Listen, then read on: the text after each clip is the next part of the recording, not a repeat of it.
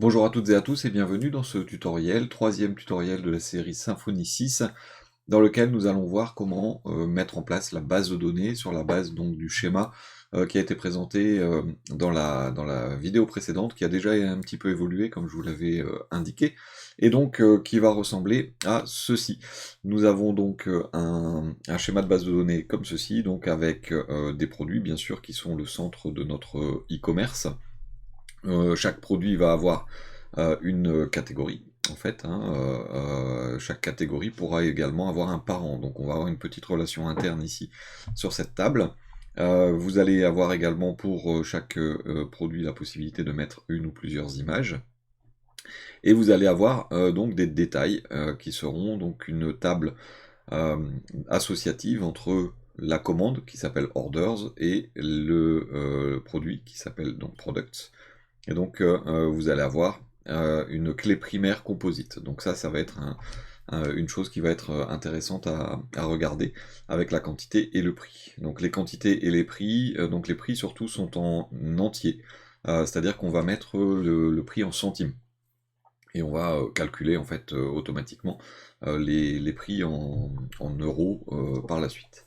Vous allez avoir également donc des coupons de réduction possibles avec différents types de coupons. Et vous allez avoir forcément les utilisateurs qui seront les clients ou l'administrateur par exemple. Donc voilà un petit peu à quoi ça va ressembler. Il va falloir qu'on crée ça à l'intérieur donc de notre projet.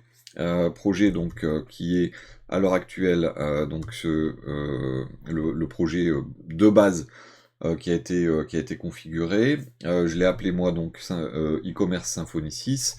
Vous verrez les fichiers donc comme déjà indiqué sur donc le GitHub.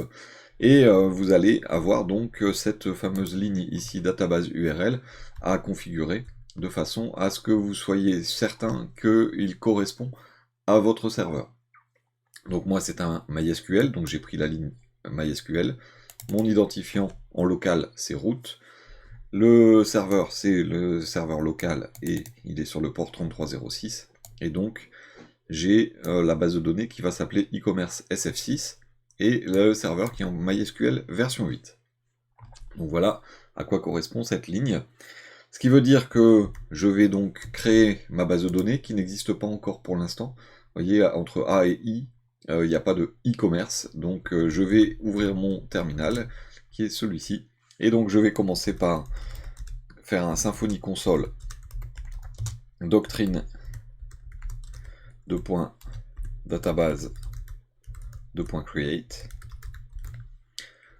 Je pourrais mettre d.d.c, hein, c'est plus rapide, mais bon, pour un tuto, je trouve ça plus intéressant de mettre la commande en entier.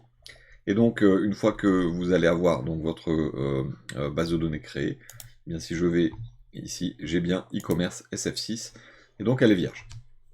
Pour l'instant, il n'y a rien à l'intérieur. Ce qu'on va devoir faire donc, c'est créer les différentes tables, en commençant par les tables qui sont sur les extrémités, qui n'ont pas de dépendance. C'est-à-dire que là, je vais pouvoir créer la table users, je vais pouvoir créer coupon type, mais je ne vais pas pouvoir créer coupon parce qu'elle dépend de coupon type. Je ne vais pas pouvoir créer orders parce qu'elle dépend d'autres tables. Donc en fait, je vais pouvoir créer un certain nombre de tables, et je vais devoir les faire dans l'ordre dans lequel je vais pouvoir les interconnecter entre elles. Donc je vais commencer par users, et users, elle a une particularité, donc je vais mettre Visual Studio Code derrière, comme ça vous allez voir ce qui se passe exactement dans le dossier Entity et dans le dossier Repository. La première chose que je vais faire, donc je vais créer users, mais je vais le créer d'une façon particulière, c'est-à-dire que je vais lui dire, fais-moi la table qui servira pour l'authentification en fait par la suite. Donc je vais utiliser une commande Symfony Console qui s'appelle make user. Il me demande quel va être le nom de ma classe, donc moi je vais l'appeler users.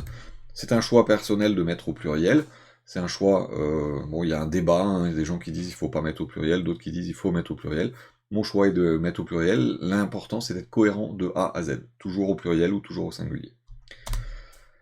Est-ce que je veux stocker les utilisateurs dans la base de données? Oui, bien sûr.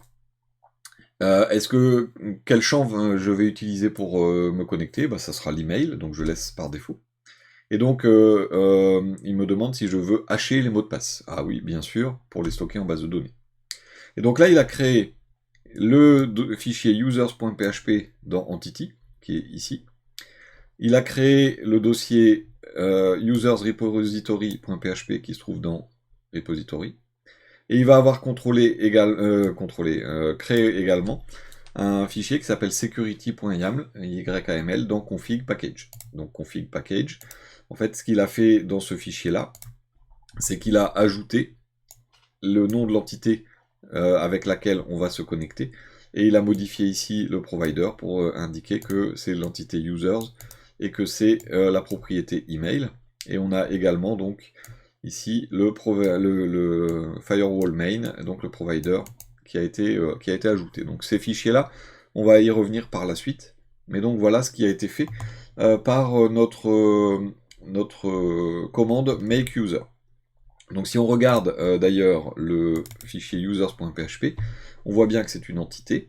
Donc, et c'est ici en fait la différence, c'est que la classe users va implémenter user interface et password authenticated user interface qui va permettre de gérer la sécurité justement et l'authentification par la suite. On a donc les annotations également qui sont des attributs PHP 8, puisqu'on est en PHP 8, et donc qui vont nous permettre de savoir exactement à quoi correspond chaque propriété. Donc le fait de mettre ORM ID ici, ça va dire que c'est une clé primaire. Generated value va faire un auto-incrément. Et le type, c'est un entier. Vous allez avoir ici la colonne donc pour l'email. C'est un type chaîne de caractères, string, et un length à 180, donc 180 caractères, et il est unique. Et donc en fait, à chaque fois, vous allez avoir les différentes propriétés qui vont être décrites de cette façon. Vous allez avoir également les accesseurs. Alors l'ID étant auto-généré, il n'y a pas de set ID, mais par exemple pour l'email, on va avoir une méthode qui s'appelle getEmail pour récupérer l'information donc de l'email d'un utilisateur, et vous allez avoir setEmail qui va permettre de stocker l'information, et donc vous allez avoir pour chaque propriété un getter et un setter qu'on appelle les accesseurs. Puis après on verra que dans certains cas, donc là on l'a pas pour l'instant, mais dans certains cas, avec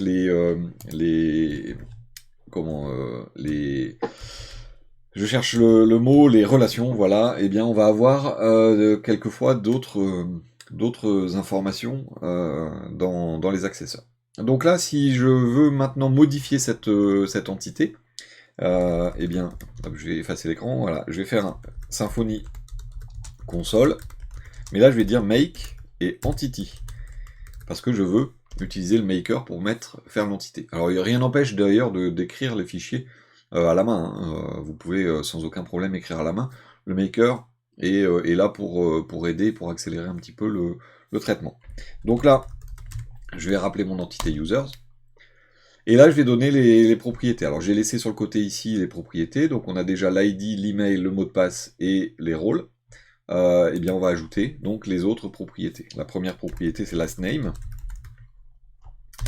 Et c'est une chaîne de caractères, donc string.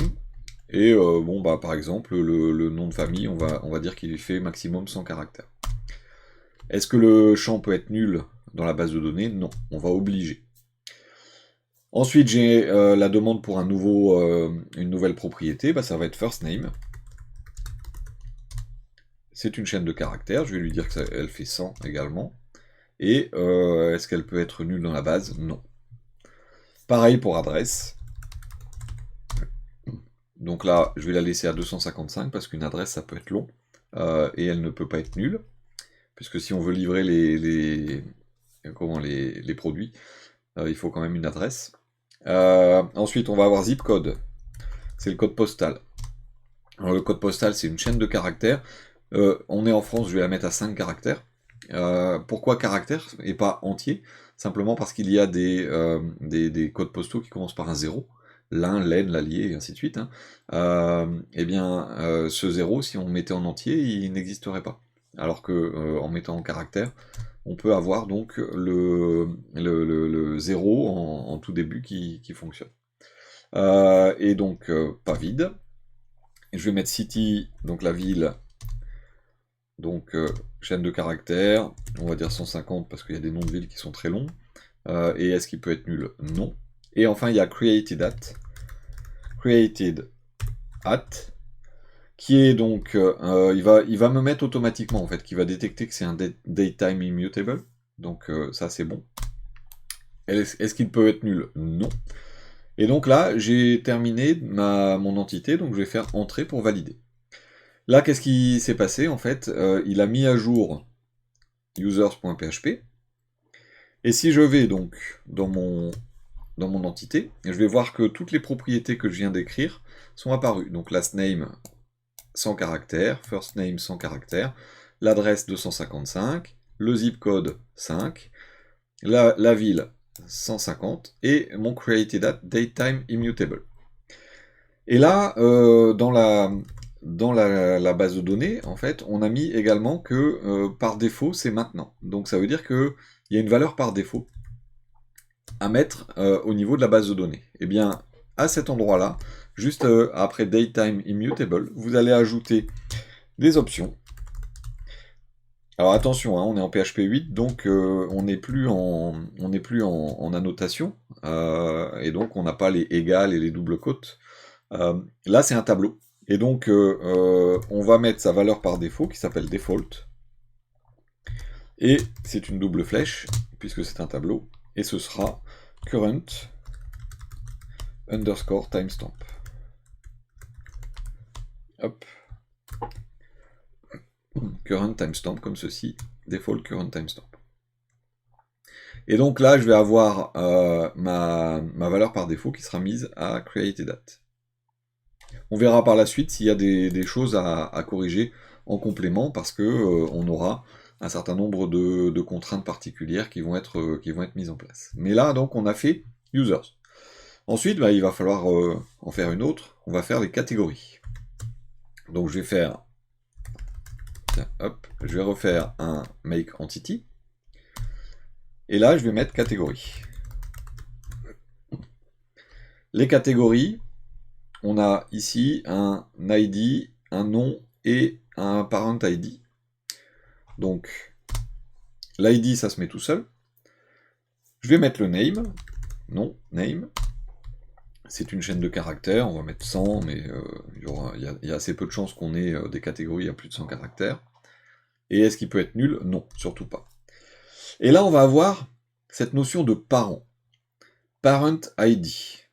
Donc là, je vais faire une propriété qui s'appelle parent.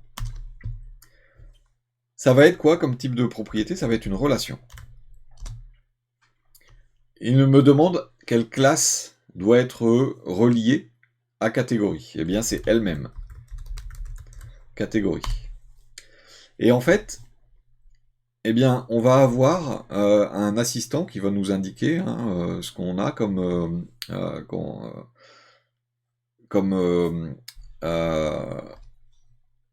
mince, je cherche le mot, comme relation, comme type de relation. Donc, la many to one, il faut lire la phrase ici comme chaque catégorie est en relation avec un parent. Chaque parent peut avoir plusieurs catégories à l'intérieur. C'est exactement ce qu'on veut. Donc, dans l'assistant, je vais taper many to one. Est-ce que le parent peut être nul? Bah oui, c'est une catégorie principale, ça va être nul. La valeur par défaut, c'est yes, donc je vais rester sur yes. Est-ce que je veux ajouter une nouvelle propriété pour que je puisse accéder aux catégories d'un parent? Oui, ce serait pas mal, donc on va laisser yes. Comment s'appelle le champ qui va être indiqué, qui va être créé, la propriété qui va être créée dans la classe? On peut laisser catégorie. Et là, on a terminé. Donc si j'ai terminé, je fais juste entrer. Et là, en allant regarder mon fichier catégorie, bien qu'est-ce que je vais avoir? Alors je vais avoir l'ID de la même façon. Je vais avoir une colonne name, string 100, tout bon. Et là, donc, je vais avoir deux propriétés. Alors pourquoi deux? simplement parce que c'est une propriété qui se relie à elle-même. Donc je vais avoir many to one, c'est donc mon parent. Son entité cible, c'est elle-même, et elle est inversée par la propriété qui s'appelle catégorie. Et catégorie, c'est celle-là. C'est une one to many, dans l'autre sens en fait. Elle est mappée, donc elle est reliée à parent, et son target, c'est l'entité elle-même. Alors, il y a un constructeur qui a été créé également pour créer justement la collection de catégories. Et ensuite, vous allez avoir tout en bas les trois méthodes. Une qui va permettre d'aller chercher les catégories enfants, une qui va permettre d'ajouter une catégorie enfant, et une qui va permettre de supprimer une catégorie enfant. Et on a également donc ici getParent et setParent qui nous permettent depuis un enfant de récupérer le parent. Donc ça va nous faire notre table qui est ici la table catégorie. Une fois qu'on a cette table-là, on a celle-ci, qu'est-ce qu'on va pouvoir faire? Eh bien, on va pouvoir aller sur, par exemple, les coupons. Pour pouvoir faire les coupons, il faut les types. Donc je l'ai appelé coupon type, hein, mais on peut l'appeler comme on veut. Donc je vais faire les types. Donc hop, c'est pas ça que je voulais, c'était mon terminal. Donc je vais faire un make entity. Et là, ma table doit s'appeler coupon underscore type. Pardon. Donc là, je vais l'appeler coupon type. Comme ceci. Là, qu'est-ce que je vais faire? Eh bien, je vais l'appeler, je vais mettre name, tout simplement. C'est une chaîne de caractères. On va laisser, on va mettre 50 caractères. Et le nom ne peut pas être nul. Et c'est tout. Là, j'ai rien d'autre à faire. J'ai ma table, j'ai mon entité. Maintenant, je vais faire coupon. Donc, je vais refaire pareil. Make entity. Je vais l'appeler coupon.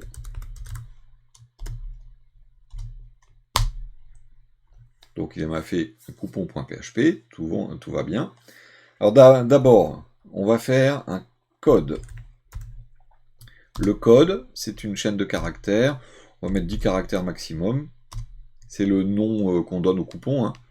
Et il ne peut pas être nul. Si on crée un coupon, il y a forcément un code correspondant. Ensuite, je vais avoir description. C'est un texte. Il ne peut pas être nul.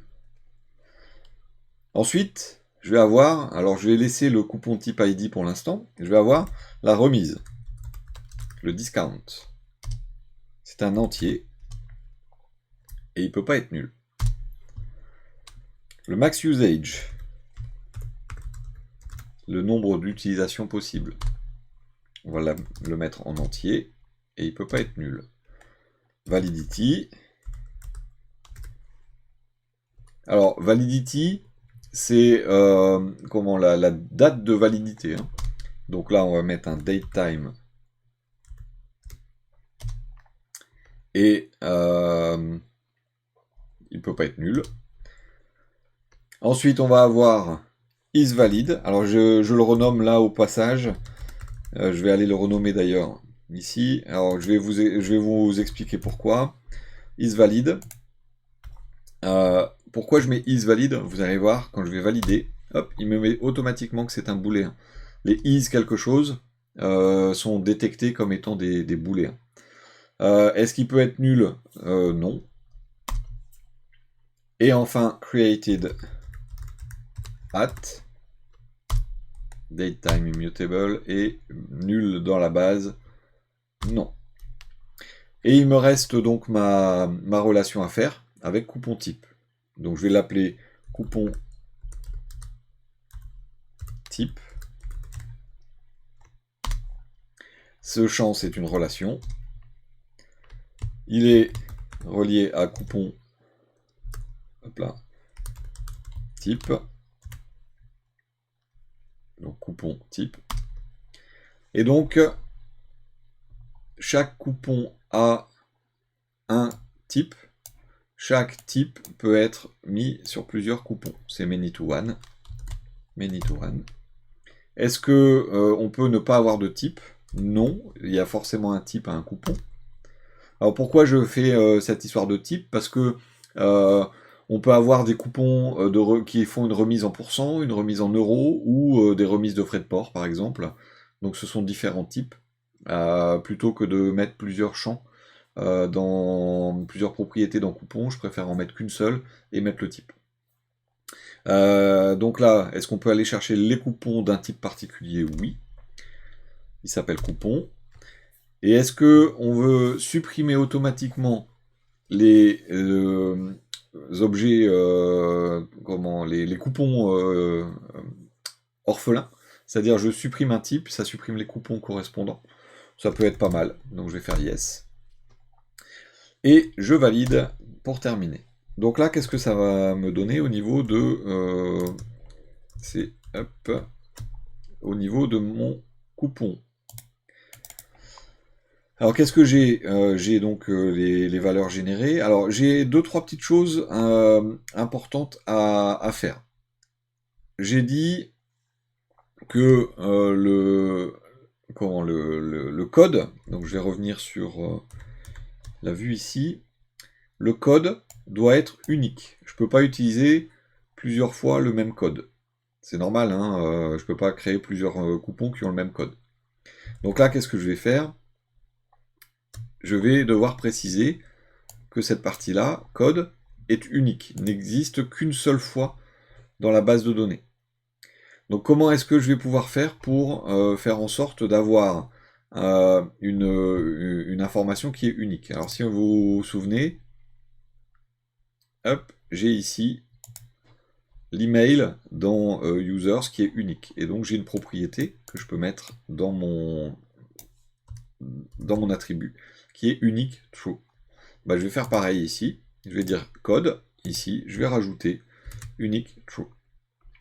Et pour create date, j'ai le datetime immutable, et on avait fait la même chose au niveau du create date de l'utilisateur, c'est le default current timestamp. Pour pas retaper, hein, je le reprends directement ici. Et donc je mets le current timestamp directement dans les options. Donc là, voilà, j'ai directement créé mon entité coupon. Alors encore une fois, hein, j'ai une many to one. Le many to one est relié à coupon type et inversé par coupon. Alors coupon, on va le retrouver en fait à l'intérieur de coupon type. Dans coupon type, on a une propriété qui s'appelle coupon, qui est une one to many, et qui est mappée par coupon type dans l'entité coupon.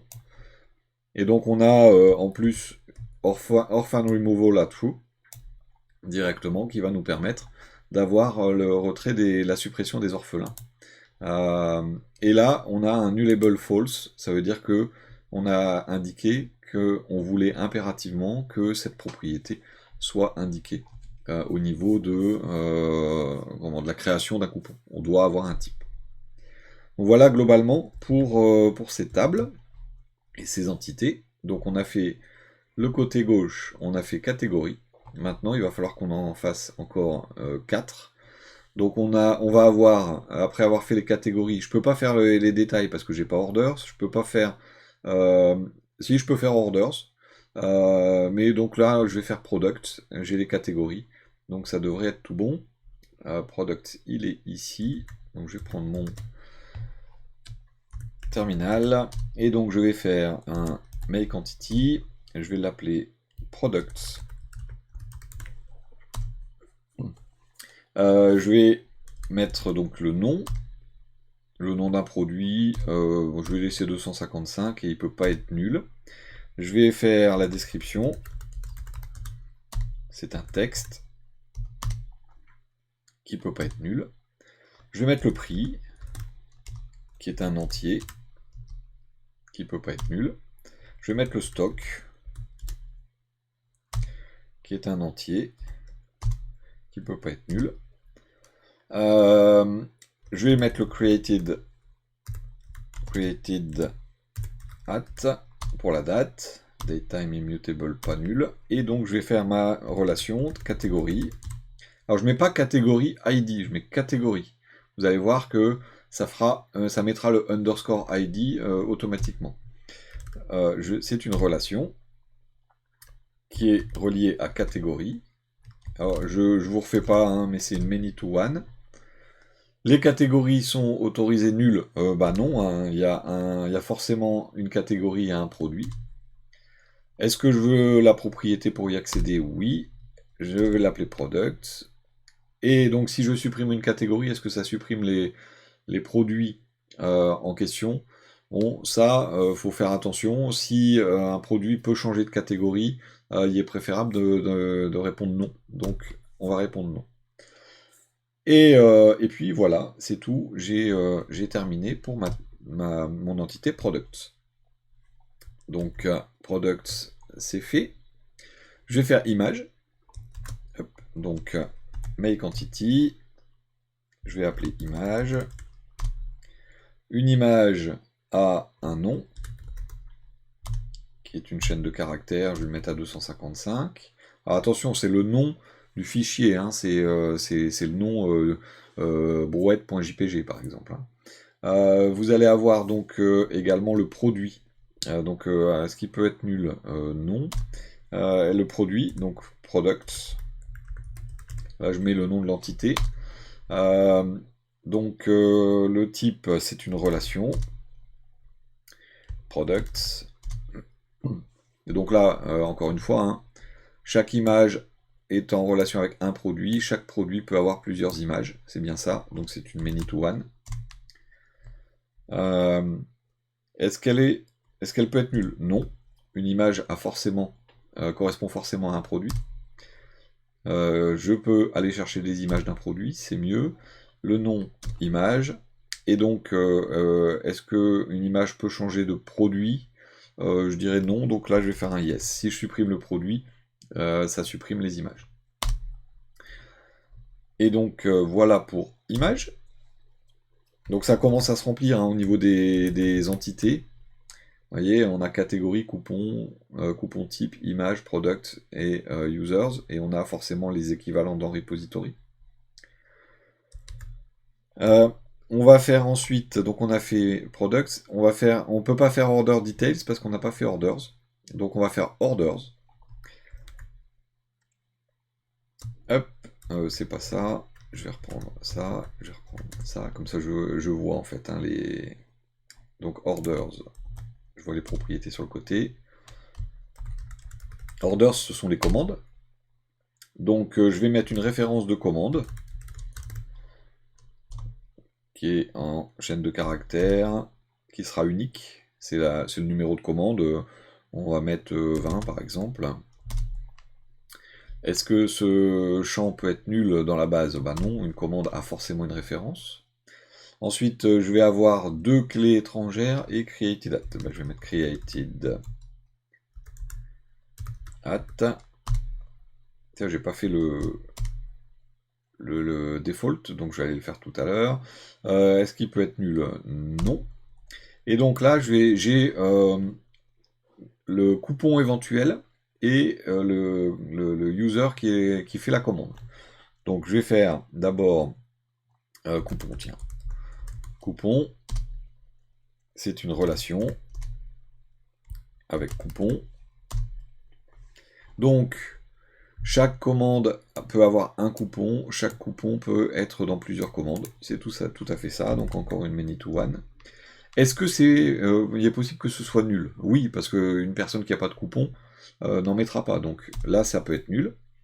On peut aller chercher les commandes correspondant à un coupon. Ça s'appelle orders chez coupon, et voilà. Et donc là je vais avoir users, c'est le nom de la personne qui commande. Donc c'est une relation avec users. On est encore en many to one. Est-ce qu'on peut avoir une commande sans utilisateur? Bah non. Est-ce que vous voulez une propriété pour avoir les commandes d'un utilisateur? Très pratique. On appelle ça orders. Et est-ce que si je supprime un utilisateur, ça supprime ses commandes? Là, je vais dire non, à moins que l'utilisateur le demande. Et voilà. Alors là, je vais aller modifier 2-3 petites choses, puisque je dois avoir un unique sur le code d'un coupon.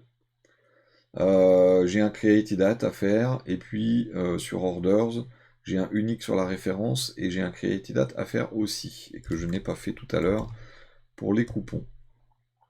Ah si, sur les coupons je l'ai fait, autant pour moi, c'est sur quoi que je l'ai pas fait alors.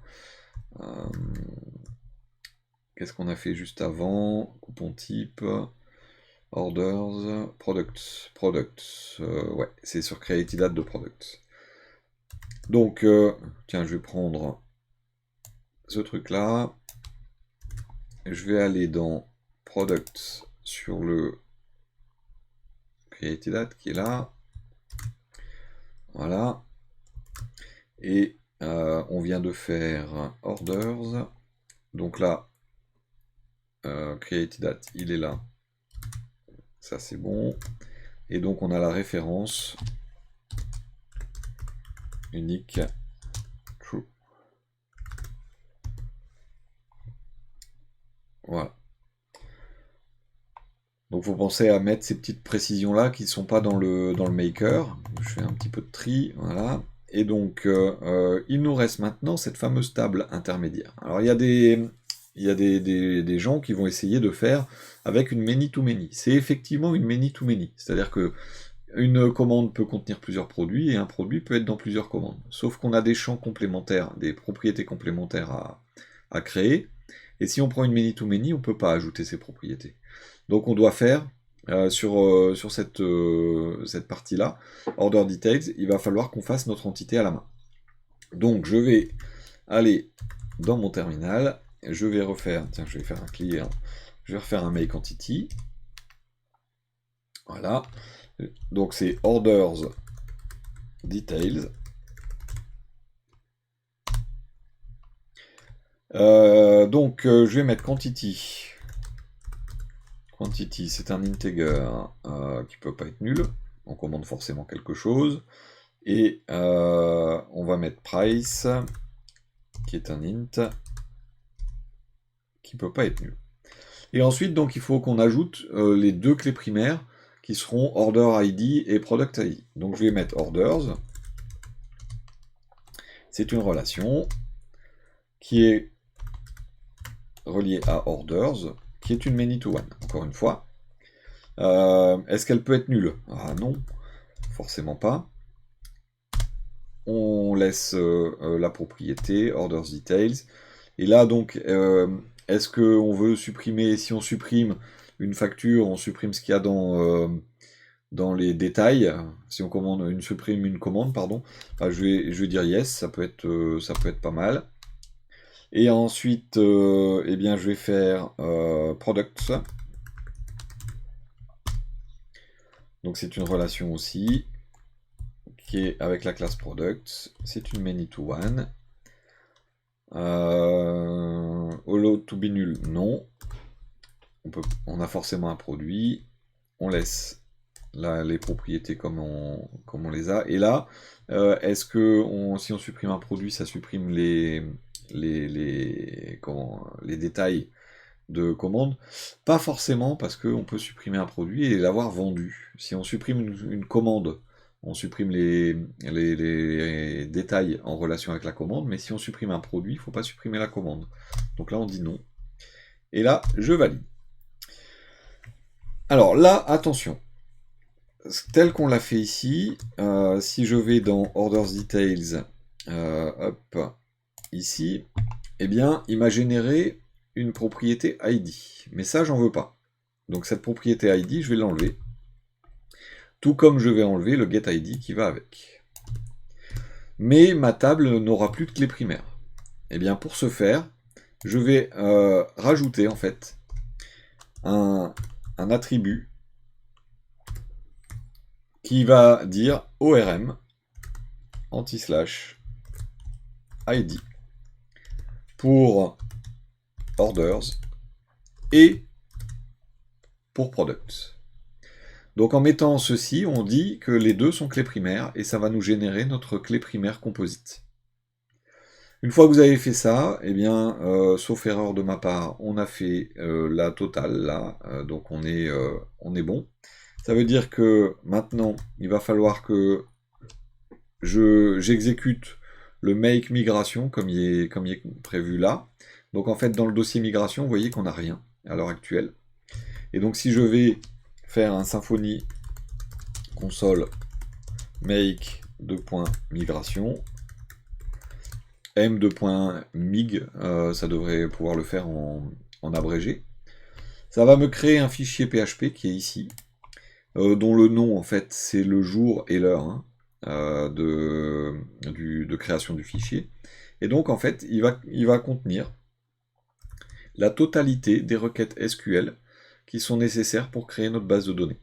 Donc il a créé directement, donc la méthode up va nous permettre de créer, et la méthode down qui est juste après va nous permettre en fait de supprimer. Donc il fait des drops, des drops, des drops et drop table.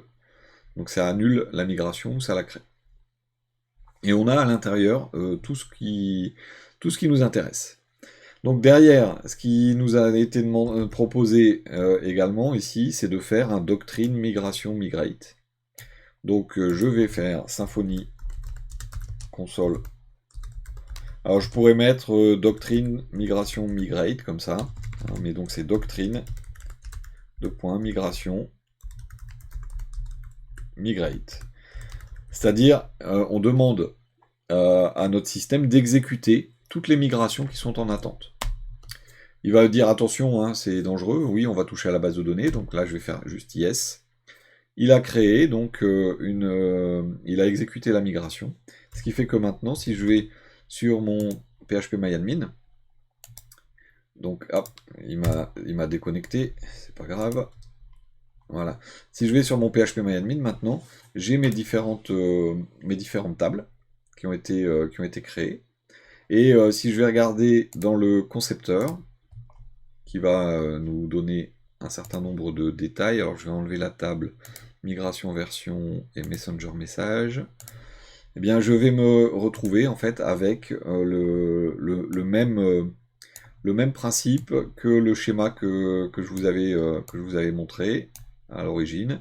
Donc je vais prendre users, hop, il veut pas, je vais le mettre là, j'ai mes orders, j'ai mes détails, j'ai mes images, mes produits, les coupons, les types de coupons qui vont aller là. Vous voyez que je suis en train de défaire les nœuds là. Voilà. Et donc je me retrouve avec mon schéma. Alors, on va pouvoir vérifier si tout est dans le bon sens, puisque donc là j'ai un 1 à plusieurs. Hein, le gros rond ici me dit que c'est à plusieurs. Donc j'ai bien coupon types ID, vous voyez qu'il a ajouté le ID, coupon ID, users ID, products ID. Tout ça, ça a été fait en automatique. Et dans Orders Details, je vois bien ici que j'ai mes deux clés ici qui sont les clés primaires de ma table. Et donc si je vais voir sa structure, j'ai bien deux clés primaires qui sont toutes les deux indexées. Et on a la clé primaire qui est bien une clé composite qui est composée de deux colonnes. Donc voilà pour toutes les commandes, pour passer de ce schéma qui est un schéma théorique à ce schéma donc, que je vous montrais il y a quelques secondes. Alors il va falloir que je le remette en forme, mais voilà ce schéma hein, directement dans phpMyAdmin qui correspond. Donc au moyen d'une série de commandes dans le terminal et de maker, on a généré ce fichier PHP qui contient des requêtes SQL, et à son exécution, eh bien, il crée la base de données telle qu'on la voulait. Voilà donc pour cette présentation de la création de la base de données. Ne resteront après plus que les étapes de remplissage de cette base de données. Donc on regardera un petit peu comment faire tout ça, l'authentification des utilisateurs, la création des pages et ainsi de suite. Donc il y a encore un petit peu de travail. Mais voilà cette étape de création de base de données qui est terminée. Je vous remercie beaucoup pour votre fidélité, pour votre attention. N'hésitez pas, si vous voulez mettre un petit pouce, ça fait toujours plaisir. Rejoignez-nous également sur le Discord si vous avez des questions techniques à poser. Des petits commentaires, ça fait toujours plaisir également. Je vous remercie beaucoup pour votre attention et je vous dis à très bientôt.